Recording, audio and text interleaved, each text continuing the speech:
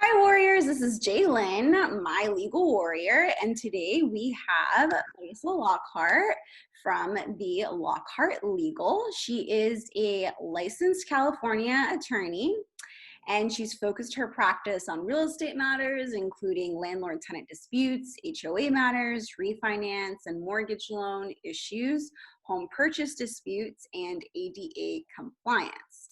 After volunteering at legal clinics across the county throughout her time at Cal Western School of Law, Marisa identified a need for affordable legal services and established Lockhart Legal as a way to provide vulnerable communities with access to legal services they might not otherwise have. She has been highlighted as a trailblazer in SD Voyager Trailblazer December 2019 edition and has focused on various panels regarding the new real estate laws and how to avoid common pitfalls.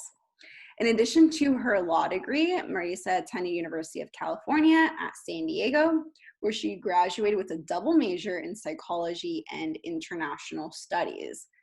Hi. Hi. Thanks so much for joining us today on No Lives Matter Unless. I'm going to ask you a series of questions. And so my first question in line with this series is, how are you using your business and or your socioeconomic status to fight against systematic racism?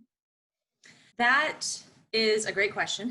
And I'm glad that you are having, this kind of series where you're bringing light to this. I think it's really important and really awesome that you're doing that. So thank you for doing that. Well, I feel like there's probably a variety of ways. I do like to stay informed. I try to keep up with the current events.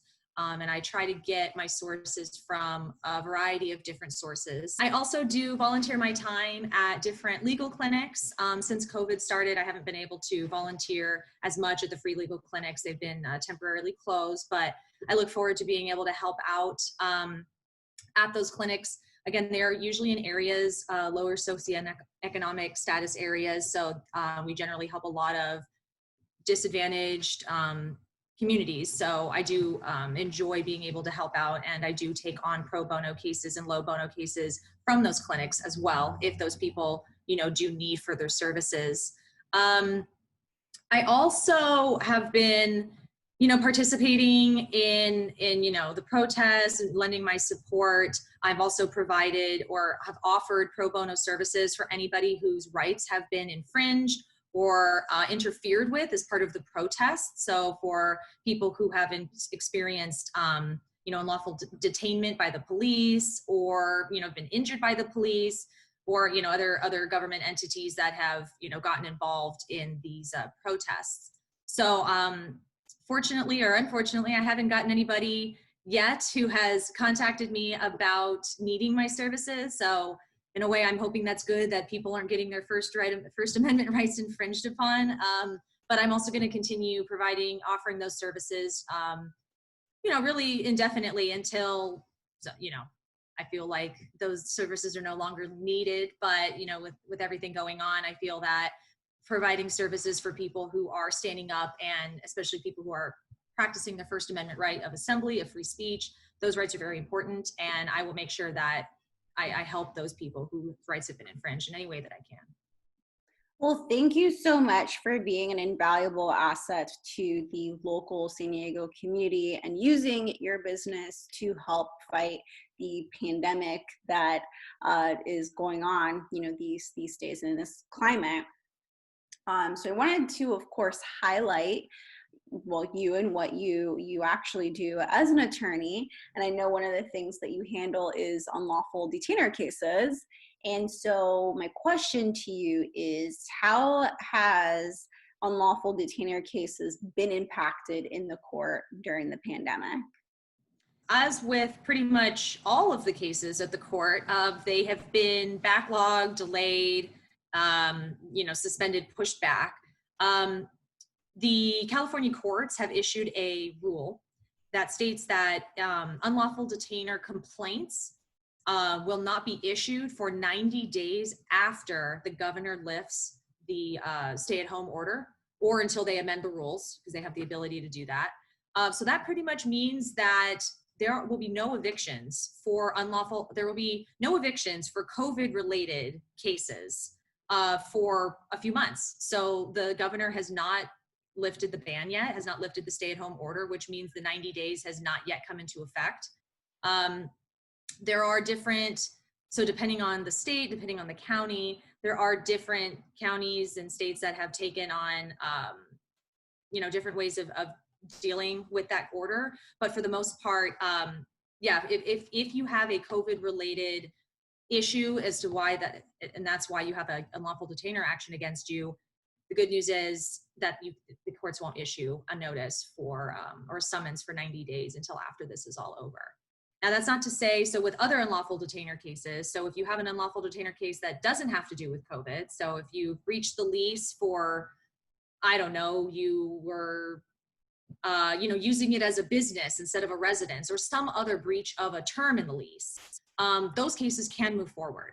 So I had heard of cases where that were pretty much on pause because of COVID, but they were in the works before the court shut down in March. Those cases are also moving forward. So pretty much it's kind of, they put out this blanket rule, and then when you actually think about it, it doesn't actually cover as many people as it should.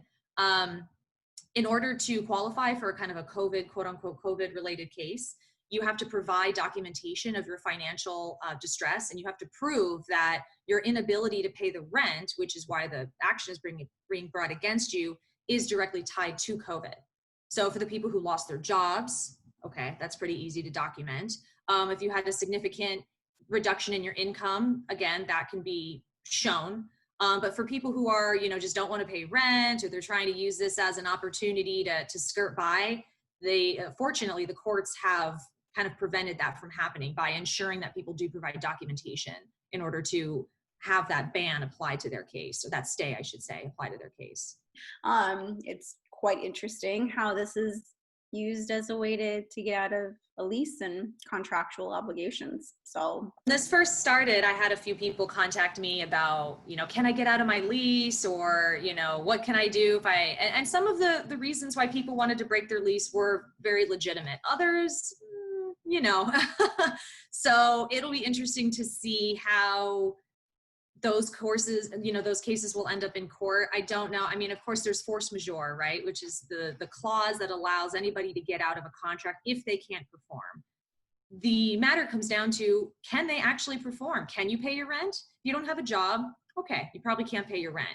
If you do still have your job, but your hours were reduced, can you still make your rent? I don't know if that's going to qualify, if that's going to fit under the force majeure clause. So it's going to be a little interesting to see how, some of these people who've tried to take advantage of the system, or try to take advantage of this toll in the court system, how the courts are going to deal with them. But yes, overall, I do think that it's fair that the county has started with the evictions, especially for the orders that were already in place. As you mentioned, a lot of those tenants, they were already not paying rent before COVID, and now they've continued not to pay rent. And for some of those homeowners who, they only have one investment property and that's their source of their income, they're in a lot of trouble right now. So yeah, I actually was consulting with a few potential family law clientele, and they were in this predicament because now they're like, okay, we want to file for divorce, and one of us, we have a house, and we have also a condo, and we're renting out the condo, and I don't want to live with my spouse anymore, but because of these orders that are in place, I can't remove them, and I have to continue living with my spouse, and they're not paying rent. And so their world is, of course, turned upside down, because not only are they going through, legal issues and emotional issues, they don't want to be somewhere and they have a property that they can't utilize because of, the orders that are in place. And whether they're fair or not fair, I mean, I don't know, hold my own personal opinions on this. But if individuals want to get in touch with you for more information about unlawful detainer cases or just real estate issues generally, how can they get a hold of you? How can our viewership get a hold of you? So you can always visit my website, which is lockhartlegalfirm.com. or send me an email, which is just Mariza, my first name, Mariza at lockhartlegalfirm.com. And then I also have an LA number because I do service clients in Los Angeles County as well as San Diego. So I do have two LA based number and a San Diego based number, where I can be contacted at any time. Text messages are also acceptable. Well, thank you so much for being part of this series, No Lives Matter Unless, with my legal warrior. And I'm sure all the information that you provided today is exceptionally invaluable. And hopefully we can collaborate in the future on different issues. So thank you, Marisa. Thank you.